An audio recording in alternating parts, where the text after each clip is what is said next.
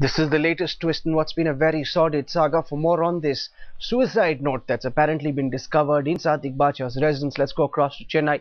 Joining us from there is Priyamvada, who's been tracking the story since the morning. Priyamvada, it seems to fit in very well with this whole suicide story, which is being contested by opponents.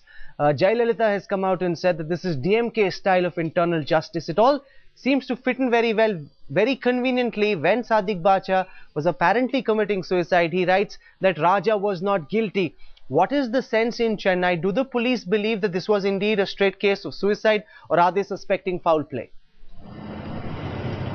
Well, at least what the police sources are saying is they want to go by the facts and the evidence that they've got. But there are so many discrepancies in what exactly has happened. The police is voluntarily telling us, the media, that the suicide note very clearly says that A. Raja's name was mentioned and said that he is not guilty. He and his wife should not be facing this crisis. That's what the line written by Sadiq Batcha in Tamil says, that minister should not be facing this bad situation. He's a nice person. His wife is also a nice person. So why did Sadiq Batcha commit suicide? There are also so many questions raised on how this entire sequence of events happened, and why was it the hospital first place? Why did the hospital go and report the issue to the police and not the family members? And the family members, how come they took the person directly? Has the family been able to explain?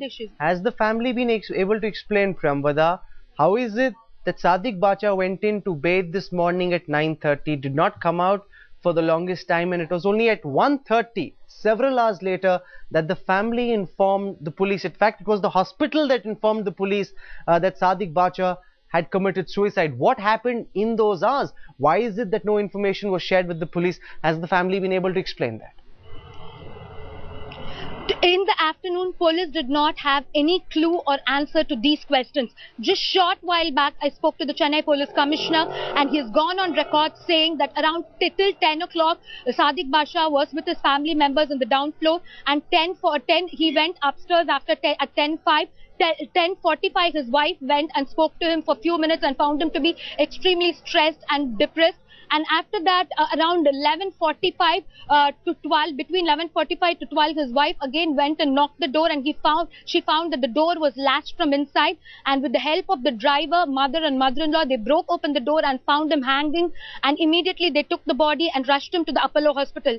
Still, there is no clearance when the ambulance was called, why the police was not called, and the family members as of now are not. I'm standing right outside their house. The family members are not here. The house has been sealed, and the family members have left to some undisclosed location. For the moment, Priyamvada, thanks for joining us from Chennai this evening.